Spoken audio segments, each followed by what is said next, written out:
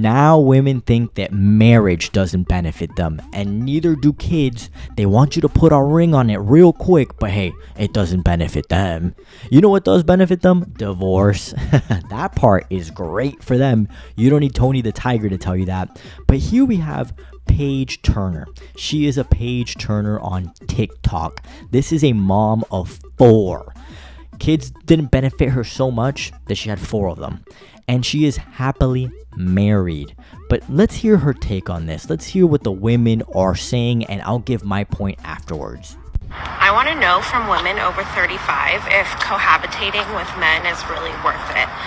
It's been said before, but I'll say it again. Marriage isn't really good for women. Women don't benefit from being married to men. The comment section on this video is full of women who say this, happily married here. And I say this without weirdness, but if he dies first, and he knows this, LOL, I will not do it again. So many of the comments came from married women who claim to be happily married, who say they would never choose to live with a man again. And I think this speaks volumes about the dynamics that exist in our culture overall, right? When men get married, they expect their wife to take care of them, to cook for them, to clean for them, to take care of their children, to have children for them, and they go off and work. But in today's world, these women are also working. And so not only are they working full-time, but they are also expected to care for the home and the children and do exponentially more work in the home than their partner. And oftentimes these men have been raised without the information or expectation that they'll take care of the home themselves or take care of the kids. And so even when they try to help, they need a list. They need her to tell him what to do. And it's exhausting for women. It's been shown that marriage isn't actually good for women. Women who are single do better than men. Also, having children isn't really good for women, right? We have the wage gap, the motherhood penalty, and the fact that having children can put women at a higher risk of financial troubles in the future, right? Marrying men, living with men, and having children doesn't quote unquote benefit women in the same way it does men, which is why so many women say they would never do it again. And that's also why so many men remarry so fast. Okay, so 2 things here. Number 1, women love to say one thing and do another. Women are ruled by their emotions. This woman is happily married with 4 kids. It doesn't really benefit us the way it does for a man. Women are ruled by their emotions. It's why they'll say they like the nice, good guy. They want a guy that does X, Y, and Z for them and then fall for the cocky asshole. So what they say and do, completely incongruent a lot of the time. They can't help it. The next thing here, the grass is greener effect. If you take a single guy that's living it up, that's having the time of his life, every now and then, even that guy, when he gets back home at 3 a.m., he's going to have a memory, he's going to have a little thought, a fantasy. He might be in his kitchen thinking, damn, it would be nice to have somebody to talk to right now. It would be nice to have someone to cuddle with right now. And then they'll go back to their normal life. But they'll think about it and they'll have that thought every now and then. The single person wants to be in a relationship. The person in a relationship wants to be single. It's usually how it goes. The people in the relationship go, yeah, I have kids and everything, but don't do it. Enjoy your freedom. Do X, Y, and Z. But you watch them and they're with their kids having the time of their life, having fun. They wouldn't trade it for anything else in the world. It's their bloodline.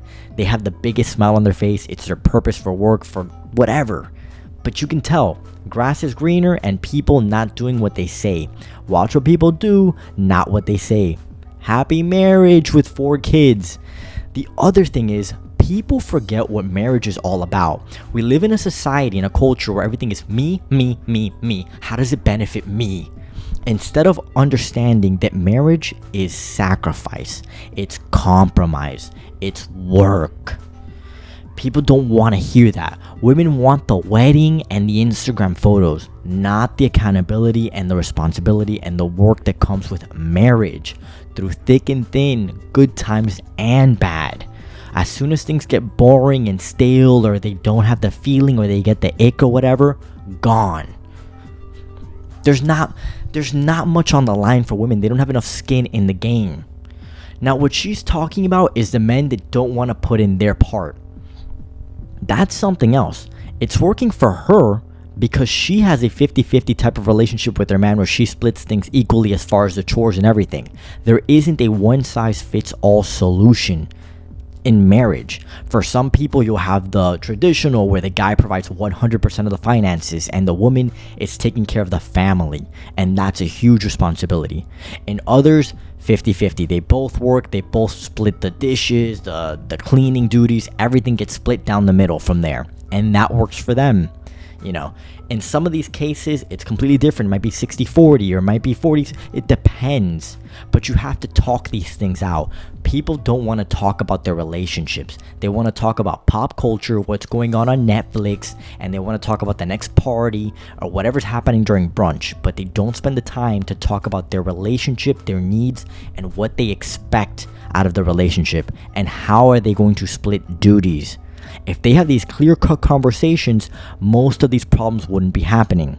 Also, her comment section where it's like, oh, most women, they're happily married, but they wouldn't want to do it again. Again, these are women that are just saying they want a golden girl life.